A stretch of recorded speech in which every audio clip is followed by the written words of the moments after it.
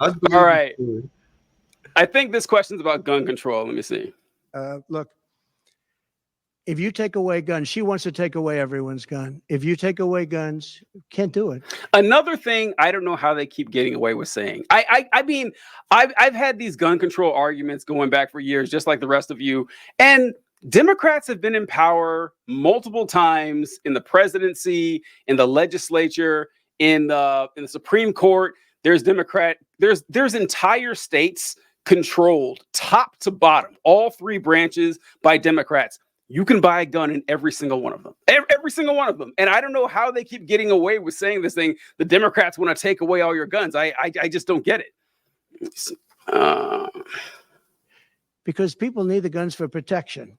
Now, entertainment, they wanted, hunting, they would, different things. But they need weapons for protection in this country. People live out in the woods and they're not going to have a gun. If you look at some countries, I don't want to get them in trouble, but some countries have actually gone the opposite way. They had very strong gun laws, and now they have gone the opposite way, where they allowed people to have guns, where in one case they encouraged people to go out and get guns, and crime is down 29%. And remember this, what is the toughest gun law in the United States? Chicago.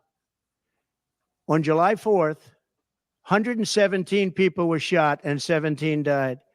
The toughest gun laws in the United States are in the city of Chicago. You know that. They had 117 people shot.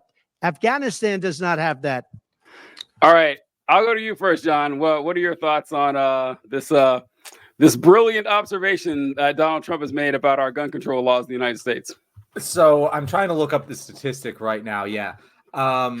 The 60% of the firearms in Chicago come from out of state, which is this is an argument that Republicans use all the time, and it's like, yeah, because this has to. It actually, if you actually think it through, it defeats the point they're trying to make. Because the reason that there's gun violence in Chicago is because more than half the guns come from outside of Chicago, and that's the problem, is that we don't have federal gun control. So even in areas where we have strong gun control, they still have gun problems because there's so many fucking guns. And I'm someone who I'm not a huge gun control is a large priority for me. I think there are a lot of ways to reduce gun violence that don't necessarily involve full-on gun bans. While I would be fine to support one, I just don't think it's electorally viable, which is why Democrats will never fucking do it. But like, yeah, it's a bullshit argument. And I think, to bring up Tim Walz, when Kamala introduced him, one of the big things she hit on was Tim Walz. He's the best shot in Congress. Like they already kind of have this one prepared to fight against here. I don't think guns are going to be a big issue in this election. But I don't know. They can keep harping on it. They don't got anything, so they might as well. EK, what are your thoughts?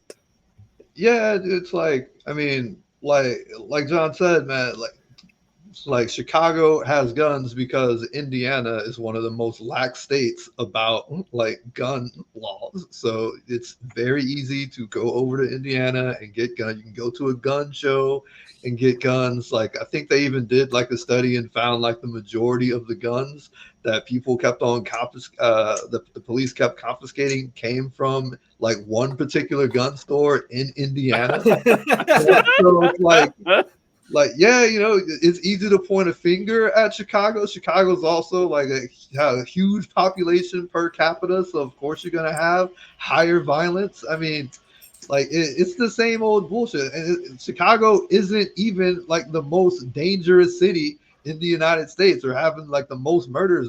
Actually, I think it's mostly red states that have like a higher gun violence per capita, if I recall correctly. Like, what was the other thing where he was like, oh, some countries, like they got the gun law, they got all the guns, and it's like, yeah, very convenient. You say some countries, like, yes, the countries that we can look it up. Oh, just trust me, guys. Some countries out there. It's like, what the country that like your friend who just bought an island They just like, oh, yeah, everybody here has an island. All 6 of us got guns. We all got multiple guns, and the violence went way down. Last year, one of us shot each other. This year, we didn't. Violence dropped by 33%. Yo, that is my favorite part of that clip, because what he says is, now I don't. There's a country out there. I don't want to get any country in trouble, so I won't tell you who they are. But they encourage you to have firearms and are permitted. And the gun rate, the crime went down 29%. That's really good for that country. So okay, hold on. There's no way that's true. You completely made this up. If there were a country that, whatever that even means, encourages people to buy guns. And whatever the hell that even, that's Antarctica, maybe maybe like that. Like, I don't even know where that was. Yeah.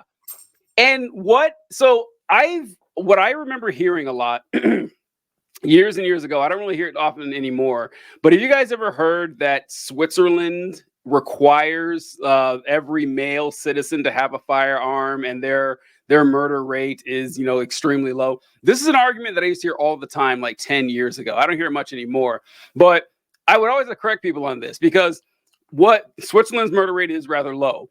And what they confused it with is that Switzerland has a involuntary conscription for like their military. Like, they have a military, which is odd for Switzerland, but in service. And so when you're in the military, you're assigned a firearm, and you are allowed to keep it if you want. That's what the rule is. And most people don't. Like 80% of them don't keep it. And so it's a bullshit thing that people make up. That's the only thing I can think that he's talking about, because it sounds very familiar. Go ahead. I looked it up. I couldn't find any sort of fact check on him, but I think I know what it is.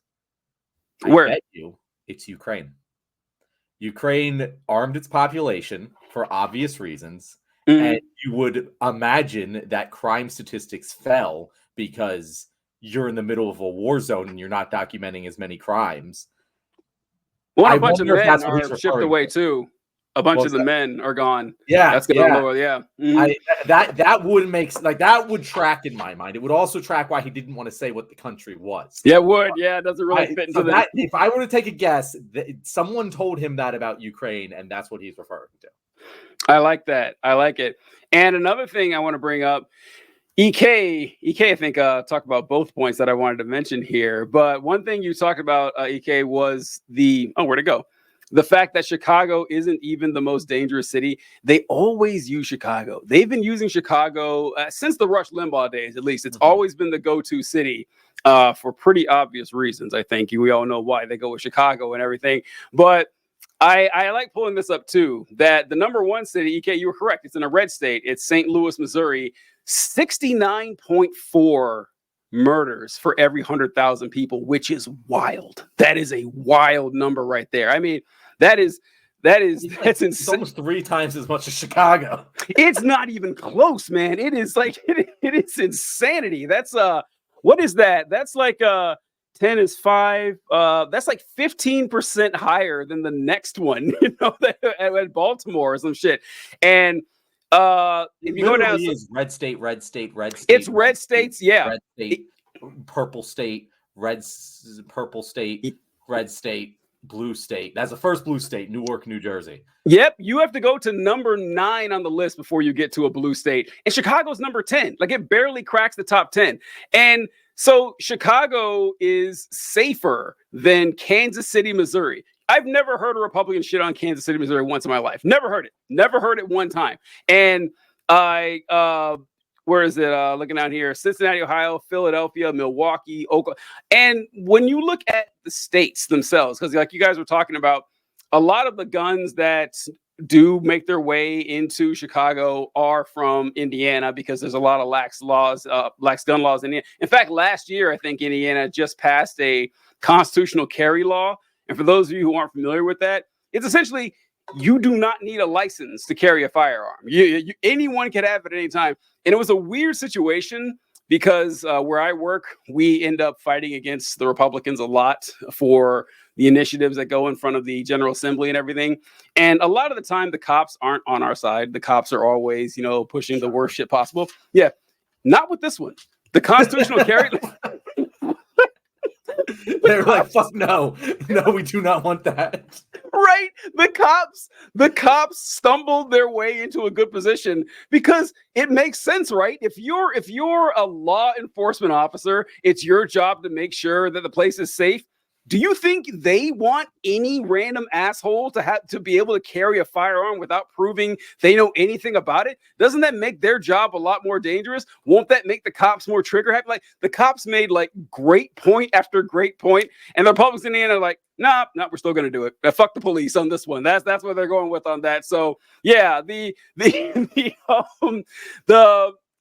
gun control thing is always a while. And like, if you're right. It's not going to be a major issue in this election cycle, I don't believe. But just seeing how the Republicans are just, what was that one guy? I can't remember his name, but actually it was several Republicans that whenever there's a mass shooting, they wear like AK-47s on their lapels and shit like that. And someone brought up a great point that they didn't do that after Trump got shot. They oddly enough, that didn't happen. So there is a floor somewhere.